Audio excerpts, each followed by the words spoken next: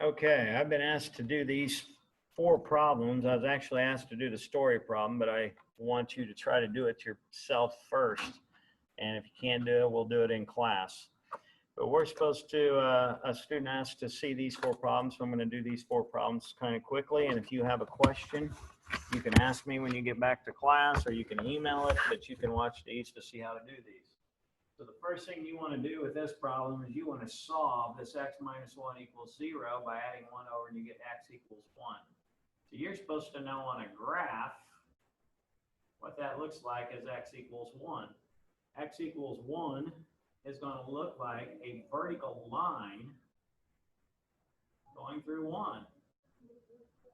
I don't know if your teachers taught you Bucks and Hoy, but if they did not teach you Bucks and Hoy, please let me know and I will teach you Bucks and Hoy. This is a Bucks problem because it is dealing with the x value.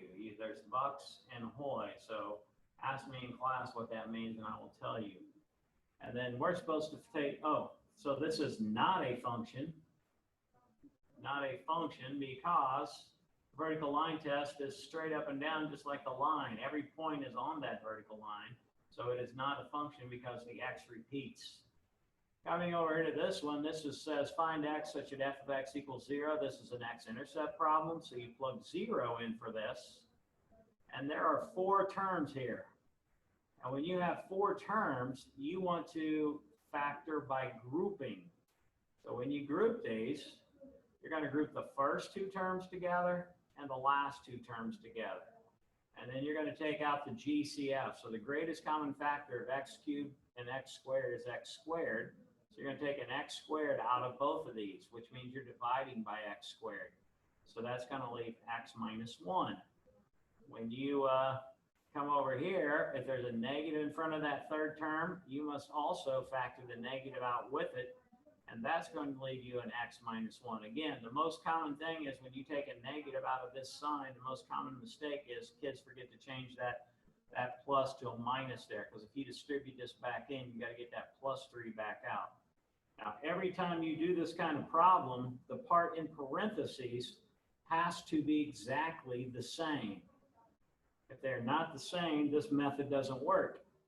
But since these are both x minus 1, you now get to factor that x minus 1 out of both parts and put the part that you factored to the front in the next set of parentheses. So this factors like this. This x squared comes here and that minus 3 comes here.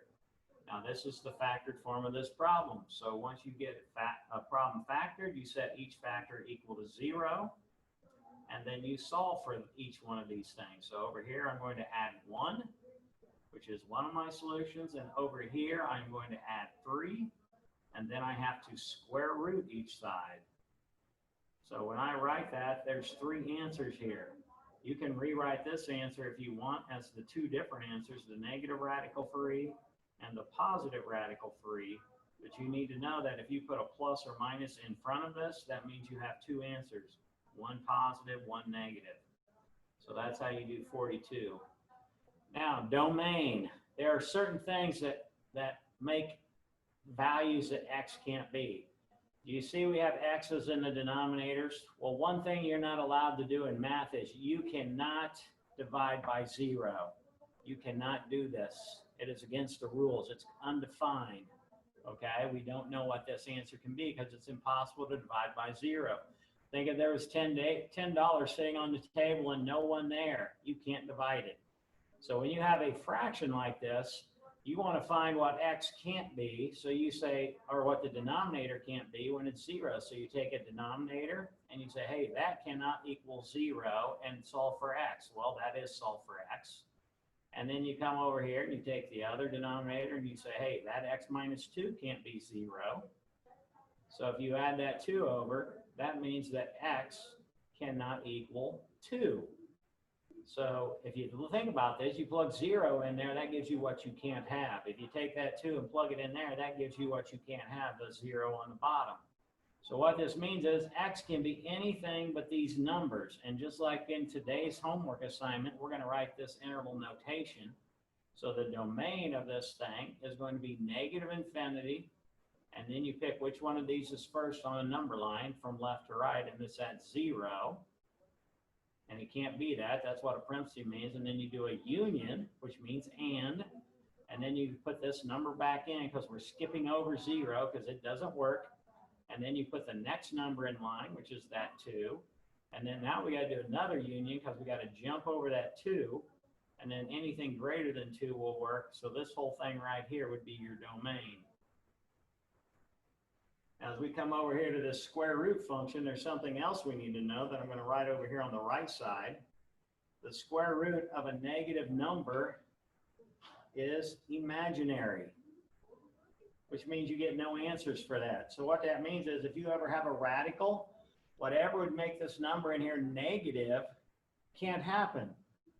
So what that means is x plus 6, because this x plus 6 is in a radical, x plus 6 has to be greater than or equal to 0 because it can't be a negative number inside there. And when you subtract 6 over, that means x has to be greater than or equal to negative 6. So values for x have to be greater than or equal to negative 6.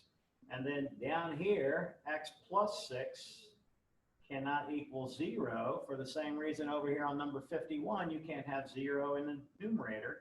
So that means x cannot equal negative 6. Now see, this says it can be greater than or equal to 6, but this says it cannot equal negative 6. So this says greater than or equal to negative 6, but it can't be negative 6. So that means the only thing that it can be is greater than negative 6. Now this is called set notation, which Khan Academy does.